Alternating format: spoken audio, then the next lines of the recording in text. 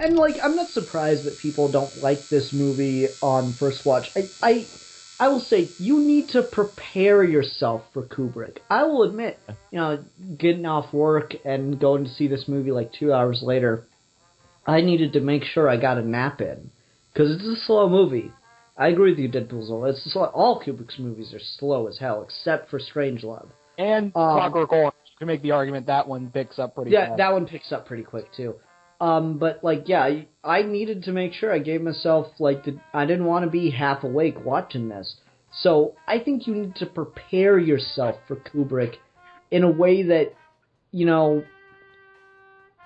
I want to make a second point here, in a way that you shouldn't have to with other directors.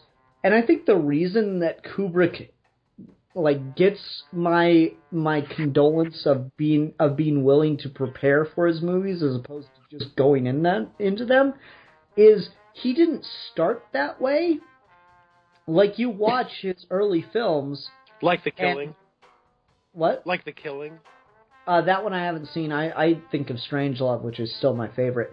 You watch his earlier films, and they're paced, more or less the same as other movies that were coming out at the time. He was doing brilliant things in them still, but there were still some fairly standard conventions and ideas of the time when he first started making films. He didn't start out by, his first movie wasn't 2001. Right. And so I feel like he earned the ability to do that, whereas other artsy-fartsy directors just feel like they have the right to start out their film career with these, like, movies where you have to strap in for them. Yeah. If you have to get that kind of film, you have to earn a name for yourself first, and then you can, do something experimental like he did, and then, go from there.